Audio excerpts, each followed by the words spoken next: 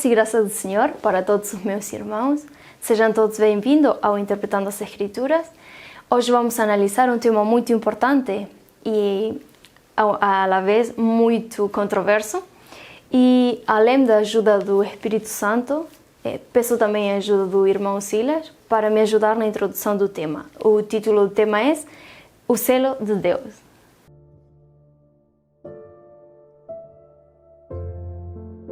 Existe uma controvérsia no mundo cristão baseada no selo de Deus. Um grupo defende que o selo de Deus é o Espírito Santo e, para isso, baseiam-se no texto de Efésios 4:30, onde podemos ler: E não entristeçais o Espírito Santo de Deus, no qual estáis selados para o dia da redenção. Por outro lado, temos outro grupo que ensina que o selo de Deus vivente é o sábado, e para isso utilizam o texto de Ezequiel 20:20. E santificai os meus sábados, e servirão de sinal entre mim e vós, para que saibais que eu sou o Senhor, vosso Deus. Sendo assim, será que só o Espírito Santo é o selo de Deus? E qual é o papel do sábado em relação ao selo? Como poderemos resolver esta aparente contradição? O que tem a Bíblia para nos dizer sobre este assunto?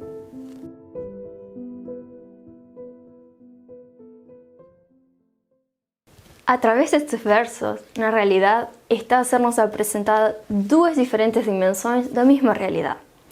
Só que uma nos mostra a obra interior feita pelo Espírito Santo e a outra mostra a obra externa, a observância dos mandamentos, da qual o sábado faz parte.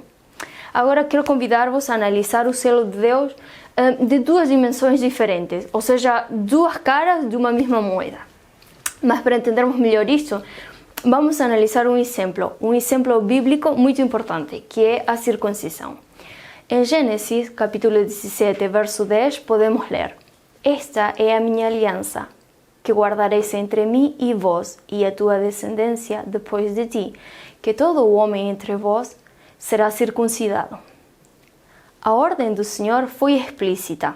Todo homem devia ser circuncidado.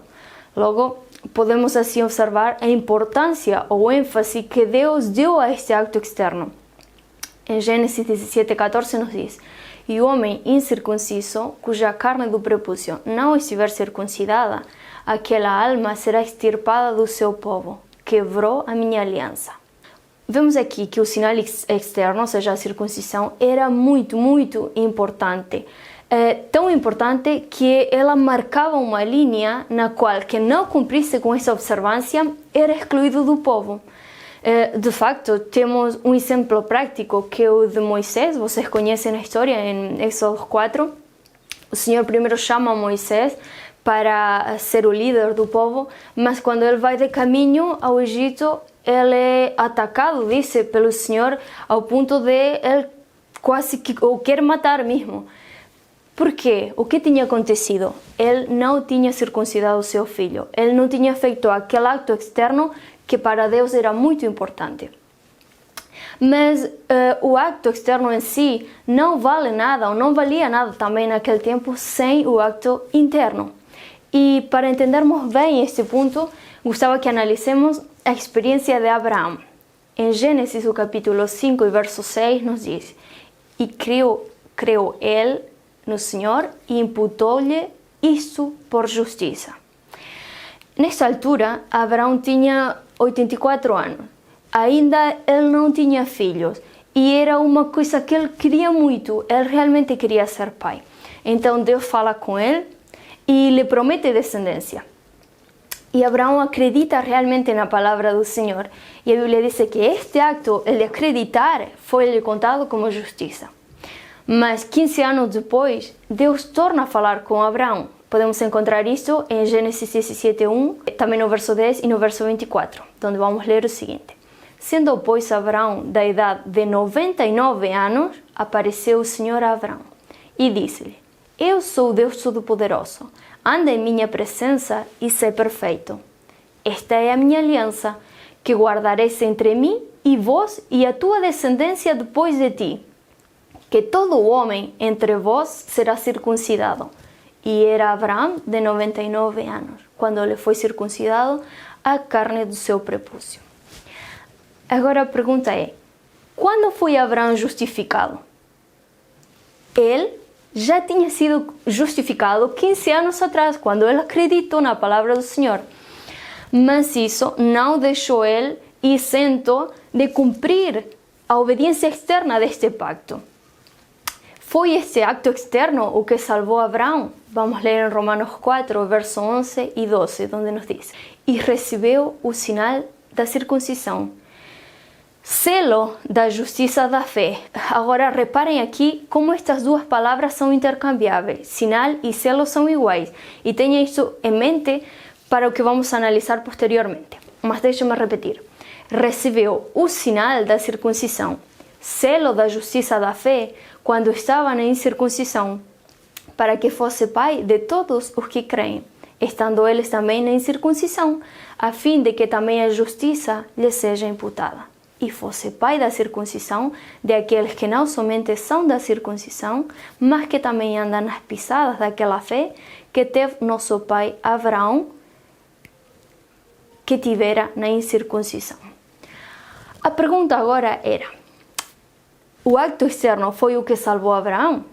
Através desses versos concluímos que não foi a circuncisão o que salvou Abraão, porque ele já era salvo quando realizou este acto. Deus tinha feito a obra 15 anos antes, mas ele depois fez aquele acto externo. Por isso, irmãos, o selo é ambos. É tanto o ato interno feito pelo Espírito Santo, como a manifestação externa, que ela reflete o que já aconteceu internamente. Vamos ler em Deuteronômio, onde nos diz: o Senhor teu Deus circuncidará o teu coração e o coração de tua descendência, para amares ao Senhor teu Deus com todo o teu coração e com toda a tua alma, para que vivas.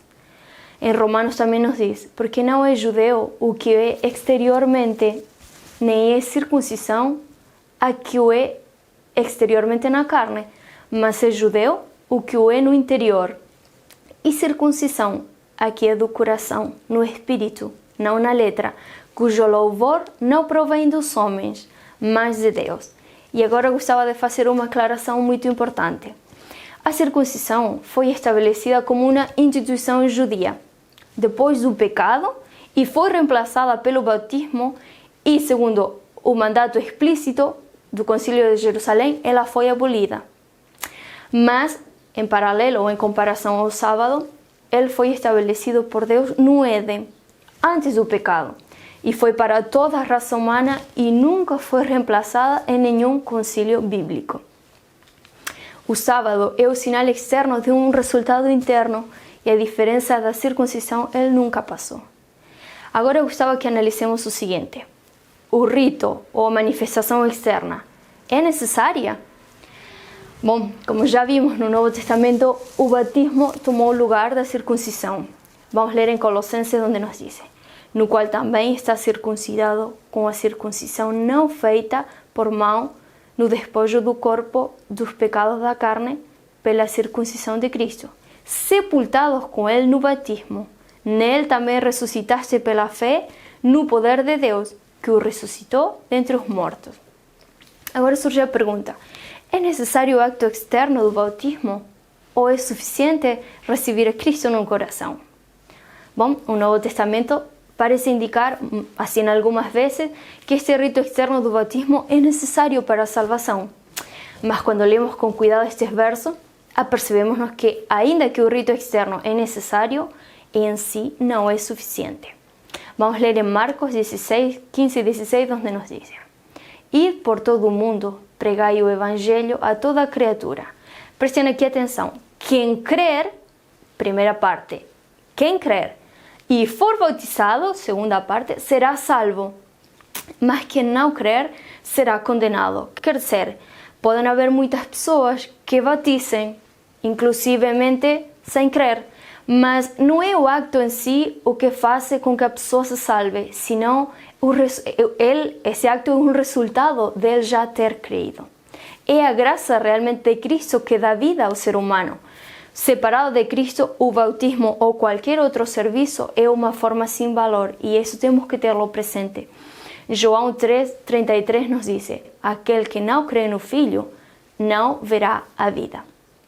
Temos assim muitos exemplos, podíamos falar da Santa Ceia, que também é um rito muito importante, que temos em comum com outras denominações. Ela tem um significado muito profundo, mas é inútil eu fazê-lo ou praticá-lo sem conhecer ou sem valorizar o que ele simboliza. Pronto, assim também qualquer rito externo, incluindo a observância dos mandamentos, não tem valor se não é fruto do relacionamento com o Senhor. Agora tomemos alguns instantes para falarmos especificamente da observância do sábado. E para falarmos da observância do sábado, em sua função de selo, convido-vos a entrar num campo científico importante, que é a sigilografia, que é a ciência que na atualidade estuda os selos da antiguidade. E segundo esta ciência, os selos tinham a função de autenticar ou validar documentos. De facto, na Bíblia encontramos muitas histórias que envolvem selos e que confirmam esta função.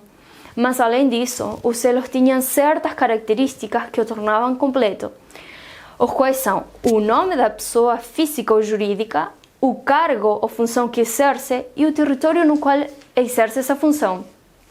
O surpreendente é que o quarto mandamento do Decálogo contém essas características. Vamos analisar juntos em Éxodo 20, versos do 8 ao 11, onde nos diz: Lembra-te do dia do Senhor para o santificar. 6 dias trabalharás e farás toda a tua obra. Mas o sétimo dia é o sábado do Senhor teu Deus. Este Senhor teu Deus em hebraico diz Jeová, e aqui nos apresenta o nome. Diz: não farás nenhuma obra, nem tu, nem teu filho, nem tua filha, nem o teu servo, nem a tua serva, nem o teu animal, nem o teu estrangeiro, que está dentro das tuas portas. Porque em 6 dias fez, e esta é a sua função, ele é o Criador, o Senhor, os céus e a terra, o mar e tudo o que neles há. Aqui se nos apresenta o território no qual ele exerce domínio, diz os céus, a terra, o mar e tudo enquanto eles há. E ao sétimo dia descansou, portanto abençoou o Senhor o dia de sábado e o santificou. Agora, outra coisa muitíssimo importante é o local onde o selo está inserido. Nos documentos antigos, o selo é inserido na parte central do documento, às vezes tapando partes importantes, e assim às vezes se tornava ilegível o documento. Então, por esse motivo, eles eram escritos de ambos os lados. É importante ressaltar que o Decálogo tem no seu centro o quarto mandamento.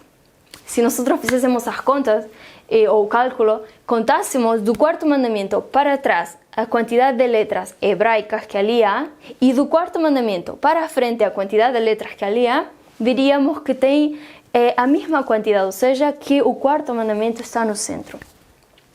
Por esse motivo, o padrão de escrita foi mantido por Deus, quem escreveu a sua lei em ambos os lados da pedra. Isso podemos encontrar em Éxodo 32, 15 e 16, onde nos diz: Virou-se Moisés e desceu do monte com as 2 tábuas do testemunho na mão.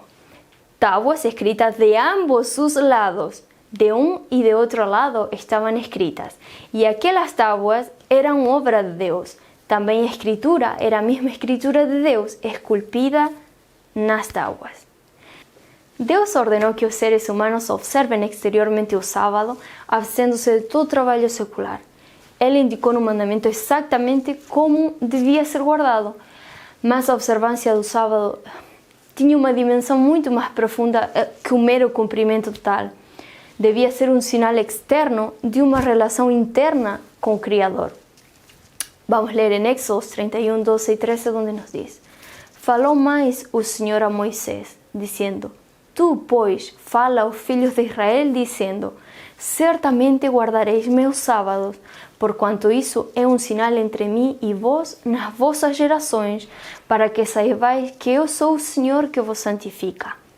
Também podemos ler em Ezequiel 20:20, que nos diz: Santificai os meus sábados, e servirão de sinal entre mim e vós, para que saibais que eu sou o Senhor vosso Deus. O sábado em si não é fonte de santidade, isso é verdade, mas a sua observância indica que o Espírito Santo está a fazer a obra na pessoa.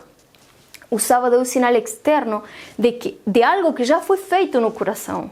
Ou seja, em outras palavras, podemos dizer que a observância dos mandamentos, incluindo o quarto, deve revelar que nós temos uma relação espiritual interna com o Senhor. E queira Deus ajudar-nos a fazermos sempre a sua vontade, a ter em nós aquele selo que indique ou que mostre que nosso comportamento externo está revelando o que há no nosso interior, que é o Espírito Santo. Amém.